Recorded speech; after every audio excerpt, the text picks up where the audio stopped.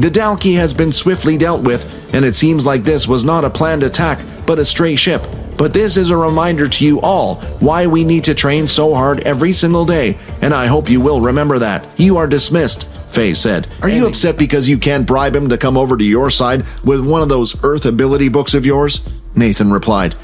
It's a pity that your tactics of recruiting only work on those weak-minded fools. But then the one person who could calm them down entered the room. The doors swung wide open, and a middle-aged man wearing a business suit came walking in. We welcome the head general, they all said at once. The head general proceeded to sit down in his seat as he brought up an initial report for all three of them to see. We all know these odd attacks have been happening on our beast planets for a while. Every single time an attack takes place, they seem to be getting closer and closer to our starting planet. Do you think they're aiming for the city station? Mike asked. For now, I believe these solo Dalki are just sent as scouts. They have no clue how strong we have become in this time frame, and they have no clue what security measures we have, but I fear this may mean that the war will be starting again soon. In a couple of weeks, we have a visit from Mr. True Dream, which means I will need you to prepare some students for him. The three generals gave awkward glances at each other as they heard this piece of news. Duke, I expect you to do well like you always have, the head general said. It was already night, but there was still some time left for the group to talk before their curfew would start. Therefore, they all decided to head to the boys' room to discuss what on earth had happened during the fight with the Dalki. The three boys promptly sat on Vorden's bed while the two girls sat on Quinn's.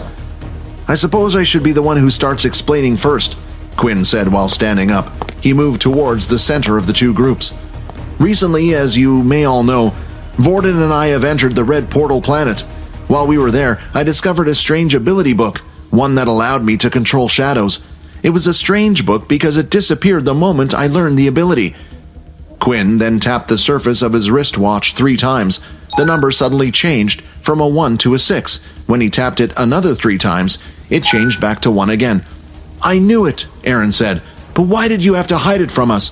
At that point, Quinn took a deep breath. That's because I have an even bigger secret that I was hiding. I'm a vampire, Quinn said, looking at Aaron and Peter with a nervous look on his face. So, this is what you guys came up with to try to give an excuse why Quinn didn't use his powers? She said. Well, I'm not buying it. I don't believe that a human that needs blood to survive exists.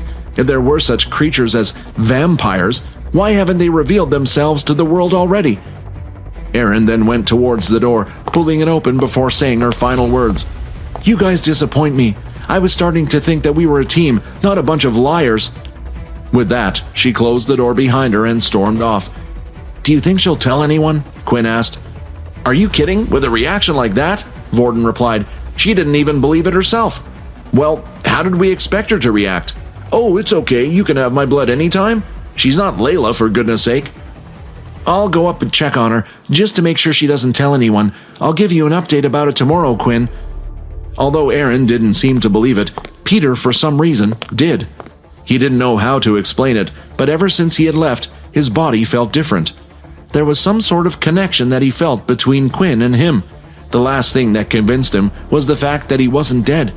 Quinn, does it mean that I'm a vampire now too? Peter asked. Just what was a vampire ghoul? Quinn thought. I'm afraid it isn't good news, the system said.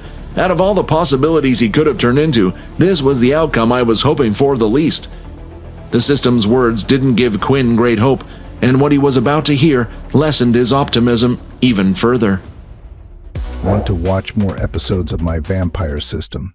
Follow Pocket FM Fantasy Chronicles. You can watch the next episode here in the playlist.